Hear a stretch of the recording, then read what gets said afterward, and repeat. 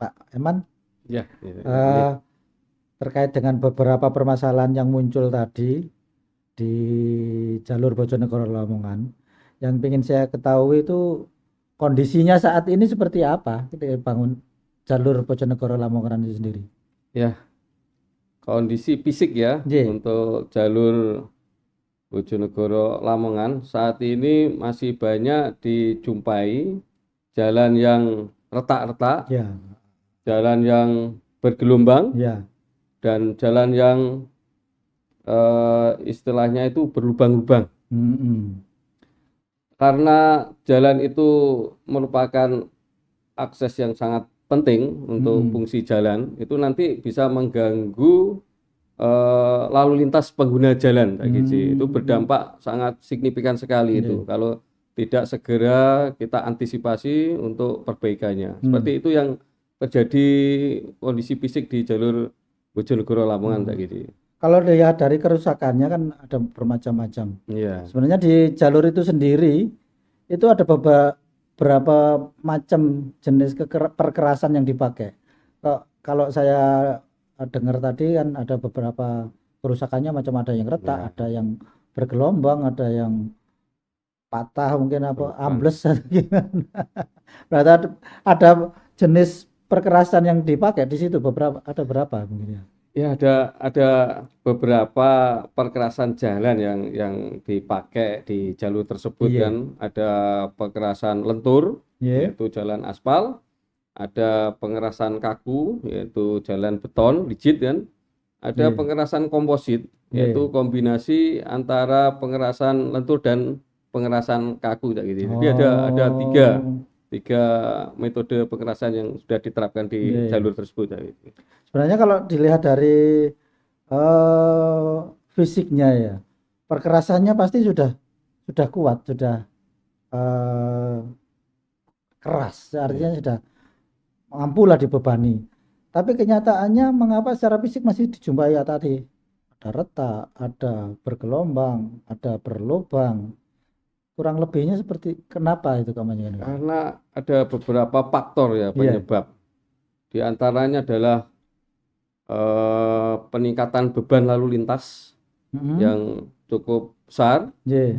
Yang kedua adalah sistem drainase yang kurang bagus. Oh, anu ya, lingkungan Ya, sekitarnya ya, anu ya. drainasenya yang kurang bagus Berarti itu bukan juga bukan waktu di jalannya sendiri ya. bukan. Itu Iya. sistem drainasenya yang kurang bagus akhirnya juga bisa merusak ikatan partikel jalan itu sendiri, Oh, terutama yang pengerasan lentur ya. iya. Yang ketiga itu karena stabilitas tanah dasar yang labil. Yang Hmm. keempat itu karena perencanaan pengerasan jalan yang mungkin salah. Nah, ini Iya. juga Anu, menyesuaikan anggaran Pak mungkin. Kalau salah enggak. yang berikutnya karena pengelolaan preservasi dan pengawasan yang kurang. Jadi Oh, gitu. indikator-indikator itulah yang menyebabkan pengerusakan jalan Iya, itu iya, cepat iya. cepat apa ini cepat rusak ya seperti itu Cak Giji. Iya, iya. Nah, mungkin bisa disambil lagi saya Oke, menawarkan kembali. oke Cak Giji. Terus kenapa jalur Bojonegoro Lamongan ini yang paling sering rusak dan tingkat kerusakannya saya rasa tidak main-main dibandingkan dengan jalur yang lain gitu loh. Kenapa kok sampai sebegitu seringnya gitu? Ya, ya ini keunikan khusus ya. Kalau J. kita berbicara daerah masing-masing daerah itu kan mempunyai karakteristik yang berbeda-beda, Oh, terutama iya, iya, iya. tanah tanah dasar ya. J. Pada umumnya kerusakan jalan itu umumnya sama seperti Mm-mm. indikator saya sampaikan di atas tadi.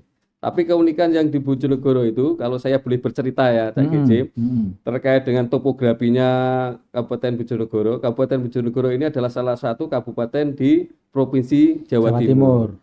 Secara administratif itu di apa ini dibatasi ya. Di Mm-mm. wilayah utara itu dibatasi oleh Kabupaten Tuban.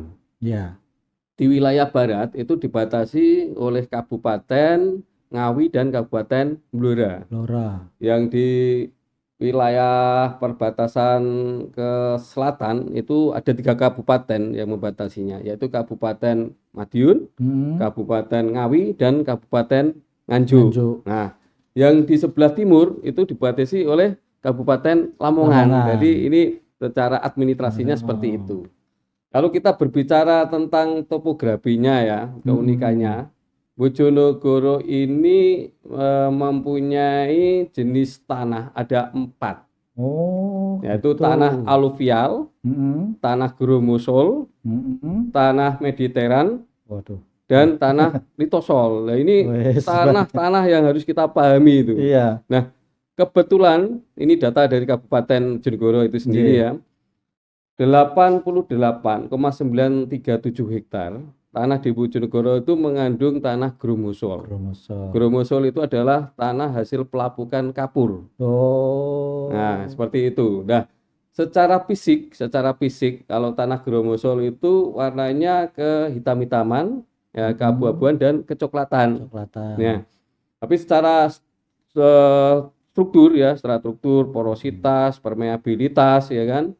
Untuk tanah gromosol ini kalau musim kemarau Mm-mm. dia kebanyakan kan tanah liat, dia akan pecah. Pecah. Orang apa menyebutnya tanah gerak. Gerak. Ya, tanahnya pecah. Kalau musim penghujan itu Mm-mm. kebalikannya, itu kelembapan yang tadi diakibatkan oleh air tadi masuk ke celah-celah yang retak tadi, Mm-mm. menyebabkan apa? Menyebabkan tanah itu menjadi padat, ya kan? Mm. Akhirnya stabilitas tanah yang di bawah ini tidak kuat, nah, menyebabkan daya daya dukungnya itu rendah. Itu yang Oh. menyebabkan kenapa Bojonegoro itu unik. Unik. Ya, unik tanahnya ya seperti itu, Cak Iya, Gizi. iya. Terus dampak spesifik dari tanah yang labil tadi, seperti tanah Gromosol ya, Ya, Gromosol terhadap konstruksi jalan yang ada di jalur Bojonegoro Lamongan sendiri seperti apa? kalau dampaknya ya, itu Iya. ada 2 yang bisa kita apa ini sampaikan. Yang pertama adalah konstruksinya akan mengalami retak dan perubahan bentuk. Mm-mm. Tanah Gromosol ini kan kalau mengalami apa ini kelembapan, ya kan, mengalami kelembapan, dia akan mendorong mendorong tanah yang ada di sampingnya, sehingga apa? Sehingga menyebabkan adanya keretakan tadi yang saya sampaikan di Mm-mm. atas tadi, menyebabkan keretakan dan perubahan struktur. Nggih, Terus betul, yang betul. kedua, kalau jenis tanah Gromosol ini stabilitasnya kurang. Jadi Hmm. ada pengembangan, ada pengecilan ya, Kembang susut lah kembang yang susut ya, itu kembang kembang susut ya, kembang mm. susut. Kalau kalau kayu itu istilah Kayu. kayu itu Iya. mengembang dan menyusut itu kayu dah. Heeh. Dia akan mengembang dan mengecil secara Ngecil. secara periodik ya, secara periodik Hmm. ya. Dan itu menyebabkan stabilitas tanah itu akan menurun, daya Mm. dukung tanah itu menurun. Susah dibuat patokan ya. Pat- Apakah yang lembek, apakah Ya, yang pas betul, kaku, betul. Makanya kalau membuat konstruksi bangunan apapun di Bojonegoro itu, kalau kita menggunakan pondasi dangkal, itu Iya. wah, itu susah Kak Gece, dengan kondisi tanah yang seperti itu. Nggih, Harus nggih. menggunakan pondasi pancang tiang Panjang, itu, nggih, nggih, nggih, seperti nggih. stroh dan sebagainya. Seperti Eh, itu tak Gece. nggih, nggih. Makin seru ini kayaknya. Terus kalau dilihat dari tadi, daya dukung tanah di area Bojonegoro itu kan bisa dibilang rendah. Ya. Ya. Dari pelaku usaha jasa konstruksi di sana. Metode-metode yang digunakan, yang pernah digunakan apa aja? Tentunya untuk memperbaiki daya dukung tanah itu tadi, sehingga karena kita bicaranya jalan, Nah, jalannya bisa lebih awet, lebih tidak sering rusak. Kira-kira yang sudah dikerjakan apa aja, Pak? Jalan. ini selama saya melihat perkembangan jalan yang sedang dikerjakan saat ini ya, Cak Gece. Mm-mm. Itu ada 3 yang sudah dilaksanakan. Mm-mm. Selain yang sudah biasa dilaksanakan ya, perencanaan Mm-mm. pengerasan jalan itu ya. Untuk wilayah Kecamatan Burno itu Mm-mm. telah dilaksanakan pengerjaan konstruksi pengerasan jalan dengan tiang pancang. Mm-mm. Terus yang untuk wilayah daerah Pumpungan itu Mm-mm. menggunakan pengerasan dengan konstruksi sumuran. Sumuran. Terus yang arah Kalitidu itu menggunakan konstruksi pengerasan sarang laba-laba. Oh, Jadi ada 3 metode ini. Ini iya. metode yang mana yang nanti dari sekian metode yang dianggap terbaik, yang itu yang Oke. dilaksanakan. Oke. Kalau dari 3 metode itu sendiri, yang paling efektif yang mana? Terutama hasil outputnya kan jalan yang paling awet, Iya. tidak ada perubahan, tidak rusak, yang paling lama.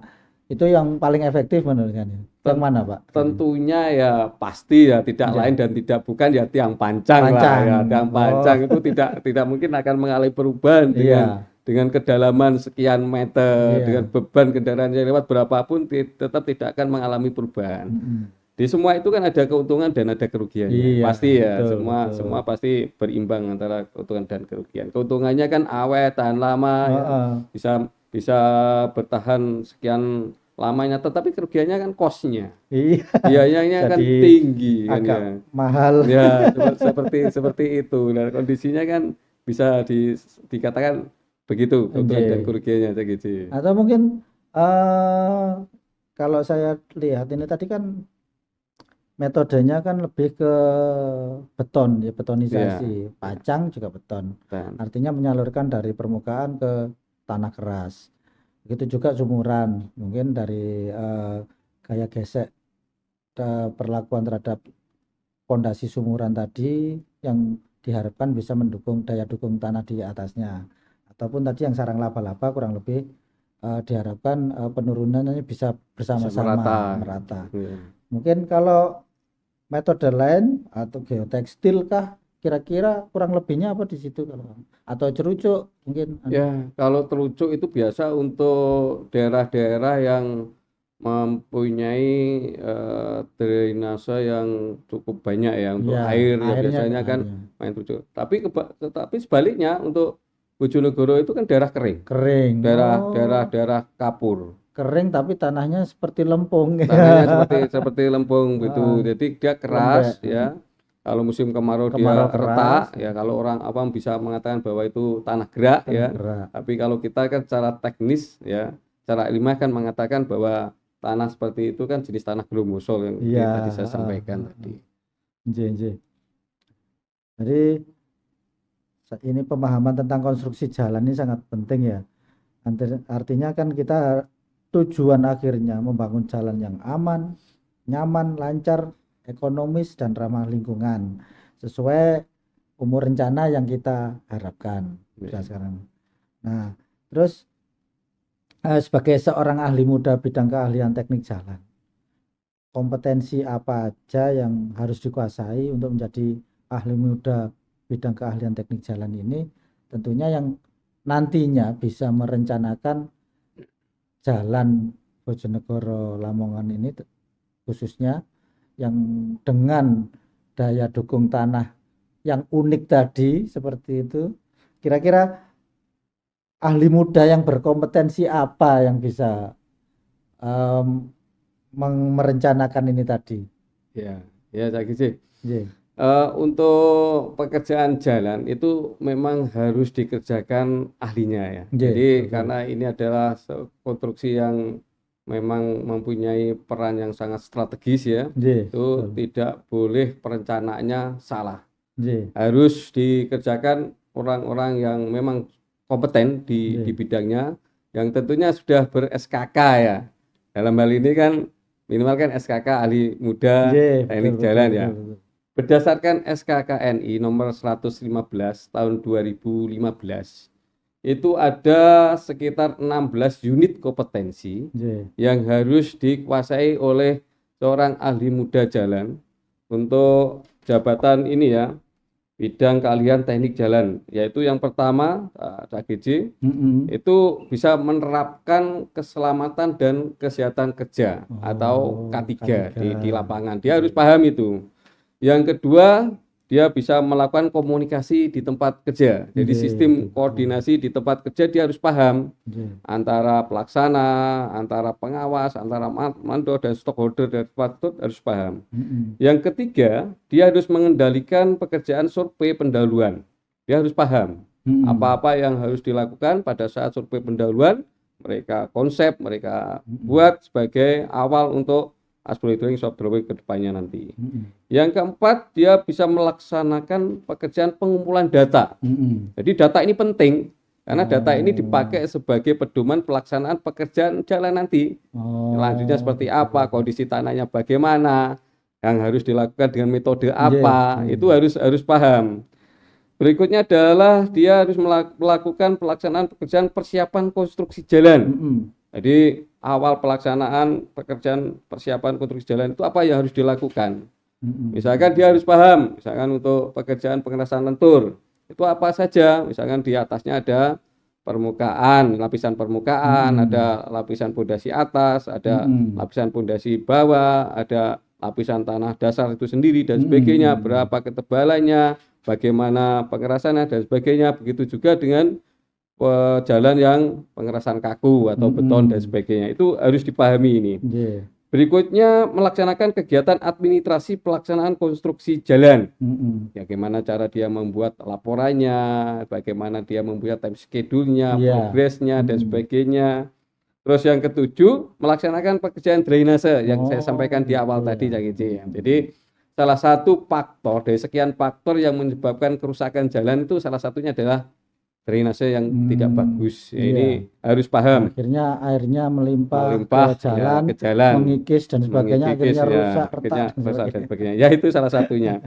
Berikutnya adalah melaksanakan pekerjaan tanah. Nah, jadi Hmm. misalkan pekerjaan tanah itu harus bagaimana? Misalkan kalau misalkan CBR-nya kurang dari 2% kan? Kalau CBR-nya kurang dari persen kan bisa dilakukan pengujian lewat in situ atau lewat laboratorium kan ya. Hmm. Lalu harus dilakukan ini kayak misalkan membuat beton ya, grus ya Iya. dengan tebal 15 cm dengan asumsi bahwa nanti bisa meningkatkan efektivitas CBR 5% ya. Nah, Iya. ini harus paham juga pekerjaan tanah dengan bagaimana jenis tanahnya, konstruksi Mm-mm. apa yang harus saya Mm-mm. lakukan di tanah jenis seperti ini itu juga harus menyesuaikan. Yang 9 Mm-mm. ini melaksanakan pekerjaan pelebaran, perkerasan dan bahu jalan. Nah, Mm-mm. ini juga harus dikuasai.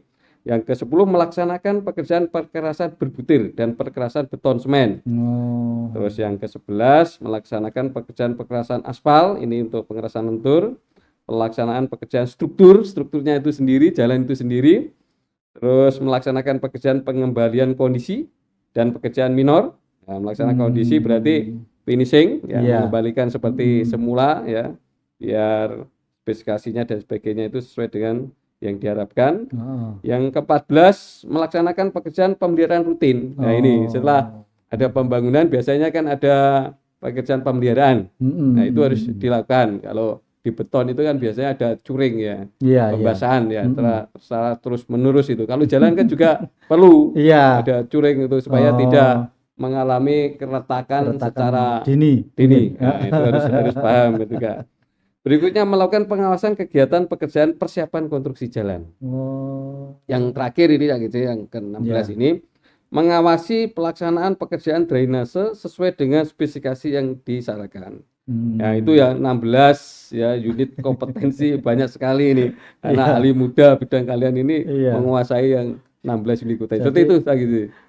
banyak banget ya spesifikasi seorang ahli perencana jalan yang dibutuhkan agar nanti jalannya benar-benar sesuai Tuh. kebutuhan, tapi dengan efektivitas dan efisiensi yang tentunya sangat diharapkan juga poinnya itu ya. Iya, betul, betul, betul. Dari segitu banyak, berarti yang diharapkan adalah jalan yang aman, tidak rusak Tuh. seperti tadi yang banyak tadi ya. Terus dari situ eh, pemerintah sendiri itu pasti kan kita sangat harapkan peran pentingnya Tuh. dan juga tentunya swasta selaku pengguna. Tuh. Kalau kita pribadi mungkin kendaraan pribadi tidak terlalu banyak signifikan merusak jalan, tapi kalau misalkan kayak pihak swasta yang tentunya punya pabrik dan muatan-muatannya yang melebihi kapasitas, melebihi dimensi dan sebagainya.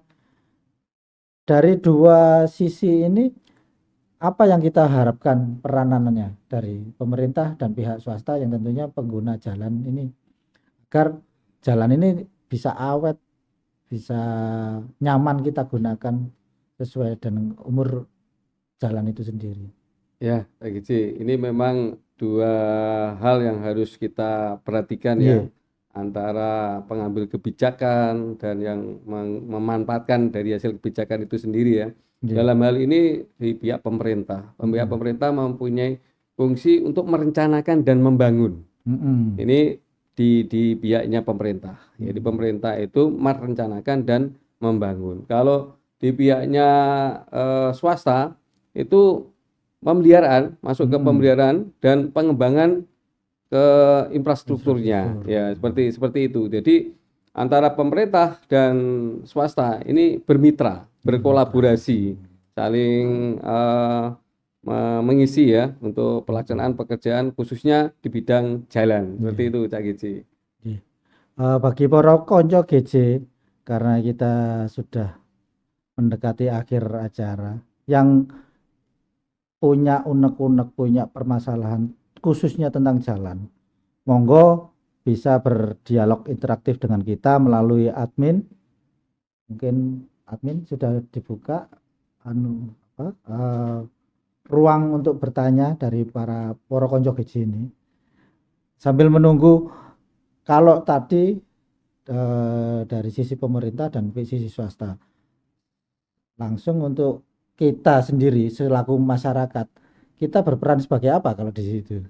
Dan apa tindakan nyata yang harusnya kita kerjakan untuk pemeliharaan jalan ini agar awet sesuai dengan umur rencananya? Ya, kalau kita lihat kan klasifikasi jalan itu kan bervariasi kan. Iya. Ada jalan provinsi, ada jalan poros kabupaten, Iya. ada jalan desa, ada Mm-mm. jalan lingkungan kan ya.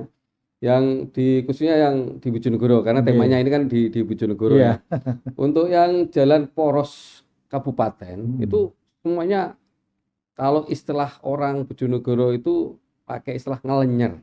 Ngelenyer itu lampeng, Lempeng. lancar, tanpa ada kendala. Itu Iya. kalau yang jalur poros. Jadi ya semuanya hampir masuk ke daerah-daerah itu sudah rigid. Oh, gitu. Bahkan ada yang komposit. Jadi Hmm. antara kombinasi antara jalan beton dan aspal. Aspal. Yang jadi permasalahan ini jalan provinsi. Hmm. Kalau di kiri kanannya tidak ada TPT kan ya. Iya. Biasanya kan supaya jalan itu juga kondisinya bisa bertahan lama, itu kan harusnya ada TPT, ya kan? Air itu harus tuntas Ya, habis. ada tembok penahan tanah, Nah, ya itu juga supaya biar enggak sampai masuk ke jalan akhirnya betul. merusak jalan. Jadi pemadatan tanah itu bisa dipusatkan di beban jalan itu sendiri Betul, supaya betul. tidak melebar. Nah, kalau jalan-jalan provinsi itu partisipasi masyarakat mungkin hampir tidak ya, tapi untuk jalan-jalan yang desa itu memang luar biasa partisipasinya dalam menjaga apa itu umur jalan tentunya ya. Ada yang dengan partisipasinya itu membuat drainase sendiri, yang tidak ada drainasenya. Itu kan drainase itu kan ada dua kan, drainase alami dan drainase buatan. Nah, sekarang kan kalau drainase buatan kan sudah pakai Yudit kan ya. Kalau drainase alami itu kan awalnya sudah ada, tinggal normalisasi. Sudah dilakukan supaya tidak merusak badan jalan. Kalau ada misalkan kondisi jalan rusak, lubang dan sebagainya, mereka dengan sukarela dengan itikat baiknya ya, itu dia tambal sendiri dengan kerikil, dengan material-material lain. Yang penting itu tidak membahayakan pengguna jalan gitu ya. Seperti itu ya gitu. Saya juga pernah dengar, artinya program-program di Bojonegoro mungkin kebijakan dari pimpinan daerah ada yang sedikit ada berubah-berubah dari sisi perencanaan dan pelaksanaan proyeknya. Dulu pernah saya dengar ada pavingisasi, betul. pelosok-pelosok desa dan di mana di paving. Ya. Terus beberapa periode berikutnya diganti dengan betonisasi sekarang ya. Betul. Nah, dari kebijakan ini tentunya berdampak kepada masyarakat. Betul. Kira-kira dampaknya terhadap masyarakat seperti apa terhadap perubahan-perubahan perencanaan jalan yang ini? Mungkin dari sisi ekonominya ataukah mungkin dari sisi kepuasan terhadap pemerintahnya atau dan sebagainya. Dan kecocokan perencanaannya sendiri terhadap topografi atau geografisnya dari Bojonegoro sendiri kurang lebih seperti apa? Itu sesuai dengan apa ini kebijakan masing-masing pemimpin daerah Ya, Kak betul. Giji ya. Itu karena setiap pemimpin daerah itu kan punya program Iya. ya, program unggulannya Iya. masing-masing. Kalau dulu zamannya Kang Yoto ya, Oh, waktu iya. Bupatinya Yang Suyoto Kang artis Yoto. penyanyi juga Ya, punya iya ya album. penyanyi, Oh, punya album. pinter pinter nyanyi Kang Yoto itu kan. Dulu itu menjalankan program papingisasi. Jadi Heeh. jalan-jalan mulai pelosok-pelosok itu dipaping semua. Heeh. Ya, nah, setelah ganti Bu Ana ya bupatinya setelah ada masa pergantian Bu Ana, Heeh. maka jalan berubah menjadi beton semua, beton beton semua ya. Tapi dampaknya memang signifikan kalau mungkin dengan kondisi tanah Gromosol yang mudah pecah dan sebagainya, ambles dan sebagainya. Heeh. Ketika menggunakan apa ini konstruksi pengerasan paving itu banyak yang ambles, banyak yang lepas dan sebagainya. Setelah dilakukan pengerasan dengan metode beton ya, itu awalnya memang menyusahkan karena kan proses pengerjaannya kan Iya, menutup jalan. menutup jalan, kontraplo Iya, ya kan, kontraflow. kontraplo ya seperti itu. Terus proses untuk apa ini pengerasannya kan cukup memakan waktu lama. Iya. Jadi Ada umur beton yang ya harus umur beton dilalui yang dilalui. dan tidak boleh dilewati. Betul. Pada saat itu mungkin masyarakat menggerutu. Iya. Wah ini kok lama banget ini gak selesai-selesai ini kan, mengganggu saja. Tapi Iya. begitu sudah selesai, masyarakat tersenyum, Iya. tertawa, Karena itu gembira, rigid, rigid. ya, Iya. perkerasan rigid otomatis Rigid. lebih cocok dengan kondisi tanah yang labil tadi. Betul, betul. Dan Gitu. sekarang sudah bisa dinikmati pembangunan dan hampir menyeluruh sudah dilakukan pembetonan jalan di jalan poros kabupaten. Itu sudah luar biasa. Alhamdulillah, kebetulan PAD-nya Bojonegoro ini kan cukup tinggi. Karena di situ kan adanya sumber energi, ada sumber apa ini lumbung kalau bisa dikatakan lumbung energi dan lumbung pangan. Lumbung pangan. Ya, jadi kalau lumbung energi di situ kan ada blok cepu. Nah, blok cepu itu kan ada pengeboran minyak yang dikelola oleh Exxon sama Petrocina. Ini yang menyebabkan kebetulan mungkin membedakan antara daerah yang lain PAD-nya Bojonegoro ya. Dana sharing-nya cukup tinggi. Kalau beton ya alhamdulillah lah sekarang sudah bisa dirasakan masyarakatnya. Gitu, Cak Isi. Lanjut mungkin dari admin sudah ada pertanyaan? Belum ada pertanyaan. Kalau belum ada mungkin ini ada pertanyaan titipan tadi ya dari yang punya gawe. Solusi apa yang bisa dilakukan untuk mengatasi permasalahan transportasi khususnya di jalur Bojonegoro Lamongan ini sendiri? Iya, kalau secara umum ya, tadi sudah di awal sudah saya sampaikan bahwa permasalahan transportasi itu kan ada 3. Ya, betul. Bertambahnya kepadatan lalu lintas, yang kedua kapasitas jalan yang kurang memadai, dan tingkat kerusakan jalan. Nah ini tiga ini harus kita kunci. Kata kuncinya ada 3 ini. Nah untuk yang di jalur Lamongan itu kan memang kepadatannya sangat ekstrim waktu masuk ke kotanya ya itu kan ada 3 perlintasan ya. 3 perlintasan kereta api itu. Iya, itu agak mengurangi konsentrasi. Ya, apalagi yang lewat itu kan kendaraan-kendaraan besar dengan beban-beban yang besar juga dapat menghambat ini mobilitas. Nah, makanya dibuatlah yang namanya ring road atau JLU ya. JLU kan jalur lintas lingkar utara. Nah, jalur lintas utara yang sekarang sudah bisa dinikmati ya. Sehingga durasi waktu yang awalnya itu cukup lama kalau dari mana ini ke Bojonegoro ke Surabaya dengan lewat jalur lintas utara itu yang sekarang baru diresmikan kemarin tanggal 17 kalau nggak salah ya. Itu sekarang sudah lancar. Nah, untuk yang beban-beban yang besar khususnya di kota-kota besar seperti Surabaya, misalkan Jakarta dan sebagainya, Surabaya sendiri seperti dekatnya Jalan Ahmad Yani, Heeh. dulunya kan kepadatan yang luar biasa, kapasitas jalan kan tidak memadai, Ada sehingga dibuat apa? Sehingga dibuat frontage. front road itu Frontage ada yang kanan, yang dekatnya Win itu kan ya, Iya. sampai sana itu juga bisa mengurai. Itu namanya kan rekayasa lalu lalu lintas. lintas. Seperti yang ada di Aloha. Aloha dulu kalau kita bisa mengalami Iya. sendiri ya kan, macetnya bukan main itu. Dari crossing ya, crossing Heeh. ke bandara, ke Aloha itu. Kan sekarang sudah ada flyover. Flyover Nah, itu mengurangi beberapa kepadatan. mengurangi kepadatan. Ada ring road ya, Heeh. ada flyover, ya ada Flyover. frontage ya seperti itu. Yang di Mejen Sungkono, Heeh. nah itu kan lewat bawah, Underpass itu ya. underpass ya, Iya. itu juga salah satu upaya-upaya yang dilakukan untuk pemecahan masalah Rekayasa transportasi, lalu rekayasa lintas. lalu lintas. Kalau dulu mungkin masih ingat ya, zaman-zaman kita kuliah waktu di teknik sipil itu kan ya. Mm-mm. Kalau misalkan kita mau meningkatkan kapasitas jalan misalkan, kita kan membuat yang namanya kan LHR, lalu lintas harian rata-rata, yang dihitung melalui SMP, Satuan Mobil Penumpang, dengan koefisiensinya kan macam-macam kan. Jadi LHR itu kan dihitung kan sekian dibagi dengan lama pengamatan, koefisiennya kendaraan apa, terus jumlahnya berapa, ini masuk kategori jalan apa, luas lebarnya berapa, kan seperti itu. Itu salah satu upaya-upaya yang dilakukan untuk mengatasi apa ini permasalahan-permasalahan transportasi gitu ya gitu. J. Bagaimana admin? Sudah ada pertanyaan yang masuk? Kalau memang enggak mas, belum ada yang masuk, mungkin bisa kita akhiri acara ini, J. Sebelum kita akhiri, kita foto bersama dulu, monggo, untuk proses dokumentasinya.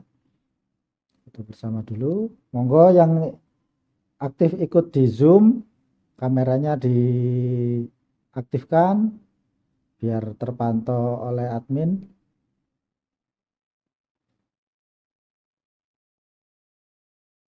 Ya mungkin ini karena dari lamanya kita tidak on air. Jadi para konco GJ ini masih belum terbiasa dengan jadwal baru kita. Next nanti kita akan ada lagi tanggal 18 September kurang lebih 3 minggu ke depan. Tetap di hari Kamis jam 1 siang. Jadi, narsumnya menyusul, jabatan kerjanya juga menyusul. Tentunya akan kita share lagi flyer terbaru berdasarkan narsum yang berikutnya.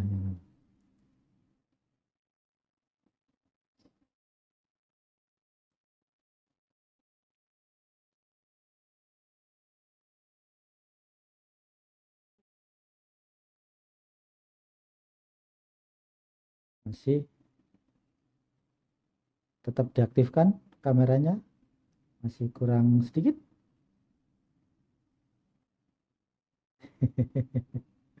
Terima kasih Pak Nyo, Mas Ridhoi, Pak Zul. Yang mau nyapa monggo bisa diaktifkan.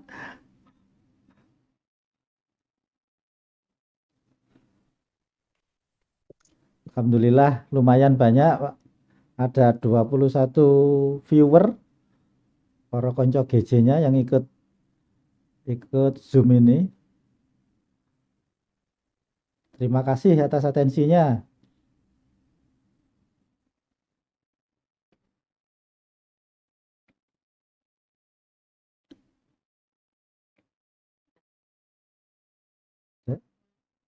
Ampun, sudah selesai dokumentasi. Terima kasih panjang lebar Pak Eman menjelaskan seputar jabatan kerja jalan, terutama terkait permasalahan yang ada di jalur Bojonegoro Lamongan.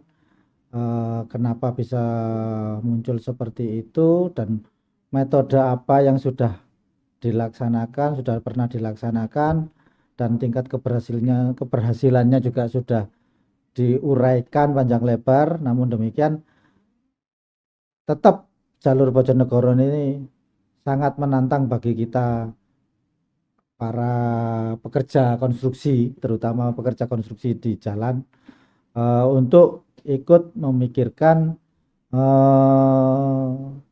metode-metode yang bagus, karena memang ilmu rekayasa itu berkembang ya. Mungkin kondisi saat ini dengan kondisi 5 tahun ke depan, 10 tahun ke depan akan berubah, dan tentunya mempengaruhi atau membuat perubahan pada metode-metode pelaksanaan untuk solusinya. Demikian podcast kali ini. Kita akan bertemu kembali di tanggal 18 September, kurang lebih 3 minggu ke depan, dengan narsum yang berbeda dan jabatan kerja yang berbeda. Kami kembali mengajak untuk para konco GJ yang ingin aktif di podcast ini, terutama yang menginginkan e-sertifikat dan poin SKPK untuk proses upgrading dari SKK-nya ataupun mencari SKK baru yang membutuhkan nilai poin yang tertentu yang dibutuhkan untuk berpartisipasi di podcast ini dengan cara registrasi pada link yang sudah di-share di flyer yang kita kirimkan. Terima kasih. Akhirul kata, wassalamualaikum warahmatullahi wabarakatuh. Salam GJ.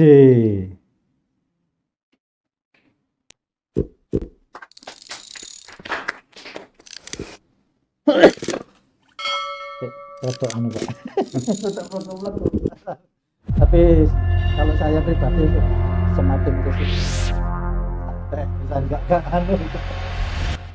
Relax.